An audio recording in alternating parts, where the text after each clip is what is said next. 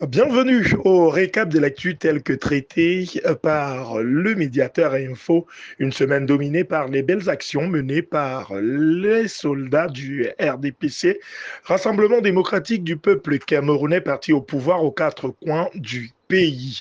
Exemple pris avec Eric Niat, le maire de Bagonté, dans sa posture habituelle de sauveteur, l'idylle a apporté secours à la famille Liketa, dont le nourrisson a été jeté dans une fosse septique par sa mère d'un bout à l'autre de la chaîne de mansuétude d'Éric Niat.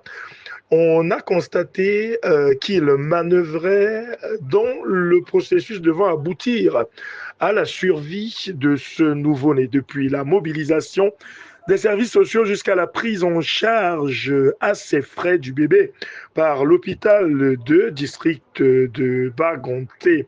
De louables initiatives qui ne sauveront pas la vie du nourrisson. Dieu en a voulu autrement, mais qui ont contribué à démontrer le visage humain par lequel se distingue l'exécutif municipal de Bagonté que dirige Eric Niat. C'est encore sous son impulsion qu'est sortie la solution dont les femmes de Baronté avaient tant besoin: denrées alimentaires, literie, ustensiles de cuisine et tant d'autres preuves de l'attachement du maire Eric Niat à l'épanouissement des populations de bons points engrangés par le renouveau dont le chef-lieu du département d'Undé autant que dans celui du Mbam et Kim, où Nicole Okala promet un plébiscite à Paul Biya en octobre 2025. La sénatrice du centre et patronne politique du Rassemblement démocratique du peuple camerounais a pris son engagement lors de la cérémonie officielle de prise de fonction de Gilbert Timévouna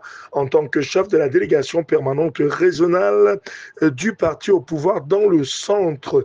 Des grandes réalisations, il y en a eu aussi dans le Lamida de Tibati, où la digitalisation circule en toute viralité chez plus de 550 000 personnes arrimées désormais au métier du numérique, l'aboutissement d'un travail entrepris d'arrache-pied depuis des décennies par Armand-Claude Abanda et représentant résident de l'Institut africain d'informatique, en abrégé IAI Cameroun.